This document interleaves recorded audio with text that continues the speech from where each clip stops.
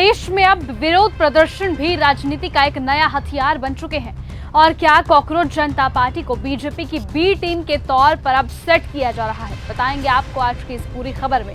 नमस्कार, आप देख रहे हैं न्यूज गंगा और मैं हूं आपके साथ निशा भारद्वाज। दरअसल आज की खबर सिर्फ एक प्रदर्शन की नहीं है, बल्कि दो अलग अलग घटनाओं के जरिए उठ रहे उस सवाल की है जो भारतीय राजनीति को हिला रहा है कि क्या विरोध की आवाज अब खुद एक राजनीतिक रणनीति बनती जा रही है। पहला मामला हरियाणा के कुरुक्षेत्र का है, जहां यूथ कांग्रेस ने पेपर लीक और नीट समेत विभिन्न परीक्षाओं में कथित अनियमितताओं को लेकर मुख्यमंत्री आवास का घेराव किया था।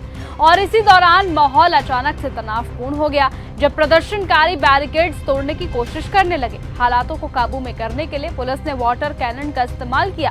तेज पानी की बौछारों के बीच कांग्रेस के सांसद दीपेंद्र हुड्डा बैरिकेड पर चढ़कर विरोध जताते हुए नजर आए।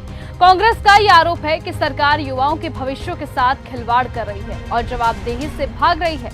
लेकिन इसी बीच देश की राजनीति में एक दूसरी बहस और ज्यादा तेज हो गई और वो बहस है कॉकरोच जनता पार्टी को लेकर। दरअसल हाल ही में जंतर मंतर से लेकर सोशल मीडिया तक एक नया नैरेटिव चर्चाओं में है, जहां अलग अलग विचारधाराओं से जुड़े समूहों को जोड़कर एक नए राजनीतिक उभार ले रहा है। अब इसी को कुछ लोग कॉकरोच जनता पार्टी नाम दे रहे हैं। दावा ये किया जाता है कि ये एक ऐसा आंदोलन है जो विपक्षी स्पेस को भरने की कोशिश कर रहा है। लेकिन सवाल ये उठता है कि क्या इसे किसी राजनीतिक रणनीति के तहत आगे बढ़ाया जा रहा है। सबसे बड़ा सवाल ये है कि आखिर देश में जहां आमतौर पर विरोध प्रदर्शन के लिए अनुमति मिलना आसान नहीं होता, वहीं कुछ खास आंदोलन को इतनी जल्द और सहजता से मंजूरी कैसे मिल जाती है। और दूसरी तरफ जब विपक्ष सड़कों पर उतरता है तो वाटर कैनन का इस्तेमाल किया जाता है, बैरिकेडिंग जैसे सख्त कदम क्यों देखने को मिलते हैं। और यहीं से सवाल खड़े होते हैं कि क्या ये एक सामान्य प्रशासनिक प्रक्रिया है या फिर दो अलग अलग राजनीतिक परिस्थितियों में अलग अलग रवैया अपनाया जा रहा है। अब इस पूरे घटनाक्रम को जोड़कर एक और बड़ा राजनीतिक सवाल बनकर सामने आया कि क्या कॉकरोच जनता पार्टी जैसे नैरेटिव बीजेपी के लिए एक नया राजनीतिक टूल बनता जा रहा है, जिसके जरिए कांग्रेस और राहुल गांधी को कमजोर करने की रणनीति तैयार की जा रही है। तो दूसरी तरफ राजनीतिक विश्लेषकों का ये भी मानना है कि देश में बढ़ती बेरोजगारी, पेपर लीक और युवाओं की नाराजगी वास्तविक है और ऐसे में आंदोलन को सिर्फ किसी पार्टी के फ्रेम में बांध देना पूरी तरह से तस्वीर साबित नहीं कर सकता। लेकिन विपक्ष की मौजूदा कमजोरी और बिखराव ने इस तरह के नए नैरेटिव को और ज्यादा हवा दे दी है।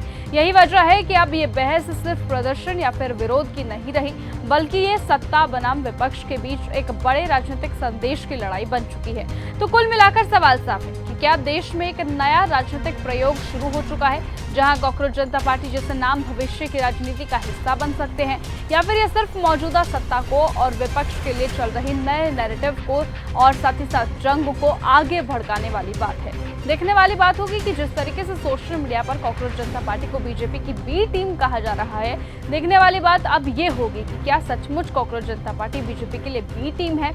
आपको क्या लगता है कि क्या कॉकरोच जनता पार्टी बीजेपी के साथ मिलकर राहुल गांधी की कांग्रेस पार्टी को खत्म करने का काम कर रही है? अपनी राय कमेंट करके जरूर बताइएगा। आज की इस खबर में सिर्फ इतना ही। देखते रहिए और बने रहिए न्यूज गंगा के साथ। नमस्कार।